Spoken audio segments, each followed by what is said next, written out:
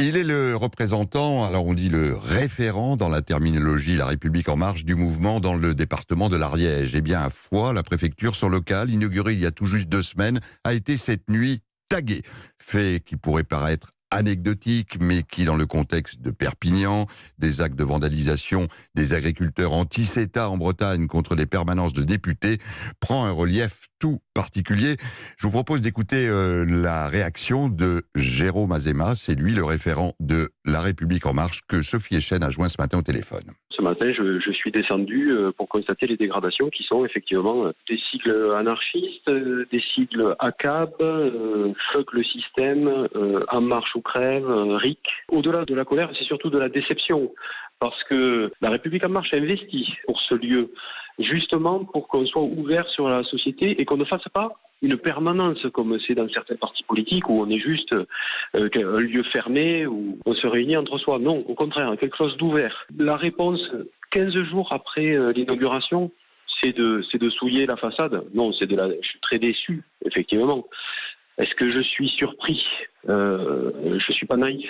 Ici, c'est un lieu de liberté, d'égalité et de fraternité. Et ce qui s'est passé là, c'est le déni de tout ça. Toutes ces expressions-là sont un déni de notre démocratie et on doit les combattre. Et notre façon de les combattre en démocratie, c'est la justice. Donc, je vais porter plainte.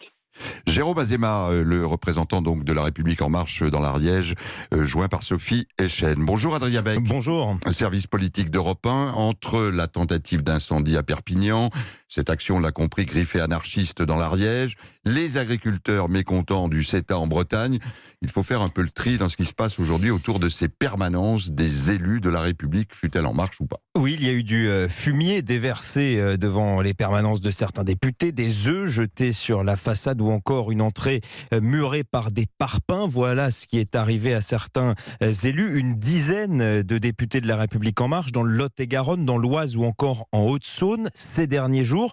Point commun entre eux, ils ont approuvé ou se sont abstenus sur le CETA voté il y a tout juste une semaine.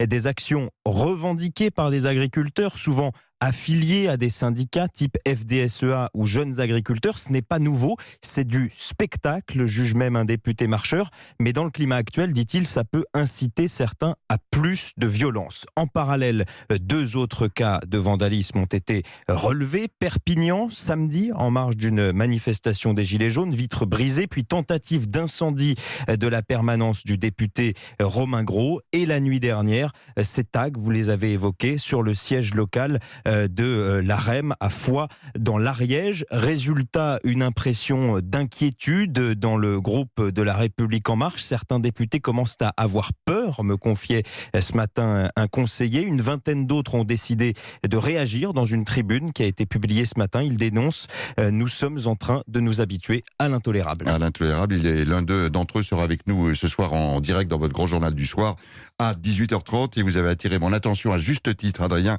sur ce tweet signé de Gérard Larcher, le président du Sénat, deuxième personnage de l'État. Je le cite tel quel: chaque fois qu'on s'attaque à des élus, physiquement ou via leur permanence, quelle que soit leur couleur politique, c'est la démocratie qu'on veut affaiblir.